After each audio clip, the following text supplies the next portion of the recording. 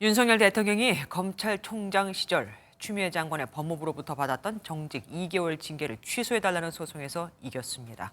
항소심 재판부는 절차의 위법성이 인정된다고 보고 징계가 정당했다는 1심 판결을 뒤집었습니다.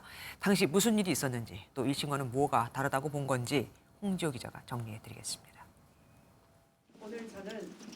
지난 2020년 12월 추미애 장관의 법무부는 윤석열 당시 검찰총장에게 징계를 내렸습니다. 재판부 사찰, 채널A 사건 감찰 수사 방해, 정치적 중립 훼손 등 4가지 이유였습니다.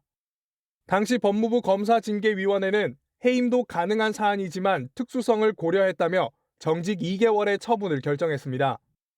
하지만 윤 총장의 반발에 사건은 법원으로 넘어갔고 1심 법원은 정치적 중립성 훼손만 제외하곤 모두 징계 사유에 해당한다고 판단했습니다. 우리 사회와 국민들을 위해서 어떻게 봉사할지 그런 방법은 좀 천천히 퇴임하고 나서 한번 생각해 보겠습니다. 이 발언이 정치 활동을 염두에 뒀다고 단정짓기는 어렵다고 본 겁니다. 그러나 다른 징계 사유는 검사로서 적법성, 공정성을 해치는 중대한 비위 행위라며 윤 총장의 청구를 기각했습니다.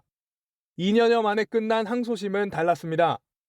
법원은 징계를 청구한 장관이 직접 심의에 관여하고 징계 결정 후 새로 위원이 위촉되는 등 절차에 위법성이 있었다며 징계를 취소하라고 결정했습니다. 윤 대통령 측 변호인은 징계의 적절성이 아닌 절차적 하자만 판단한 것이 아쉽다면서도 법원의 판결을 반겼습니다. 사법부와 우리 사법 질서, 우리 법치 질서에 굉장히 감사하는 마음을 가지고 있다는 말씀을 꼭 드리고 싶습니다. 법무부는 절차에 따라 상고 여부를 결정하기로 했습니다. MBN 뉴스 홍지호입니다. 안녕하세요. 김주하입니다. 공정하고 신속한 MBN 뉴스 유튜브를 통해서도 만나보실 수 있습니다. 특히 더 많은 뉴스와 라이브를 보고 싶으시다면 오른쪽을 눌러서 구독하시면 됩니다. 어렵지 않죠? 빠르고 정확한 뉴스로 계속 찾아뵙겠습니다. MBN 뉴스를 시청해 주신 여러분 고맙습니다.